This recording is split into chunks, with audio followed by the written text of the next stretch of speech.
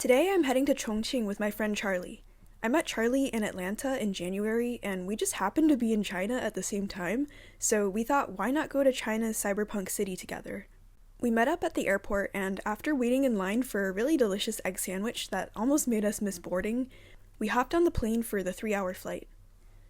Upon arrival, we headed towards the hostel, and I was glad to see there was a lot of street food nearby, so we'd be eating good.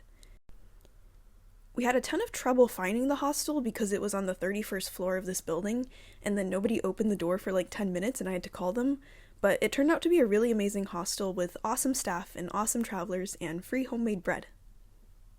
The first thing Charlie and I did was visit the viral Hongya Cave, whose exterior many comments online have compared to the bathhouse in Spirited Away. And if you're a tourist in Chongqing, you come here. There were a ton of people, even for China, and also a lot of young women doing photo shoots in history-inspired clothing, a pretty common sight at these kinds of locations. We headed up the side of the building, running into plenty of people who wanted photos with Charlie and designated me the photographer. I also snapped some shots on my own camera.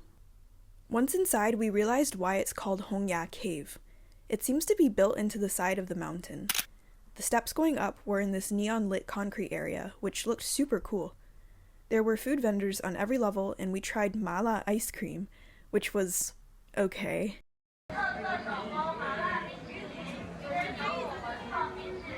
Yeah, I wouldn't buy it again.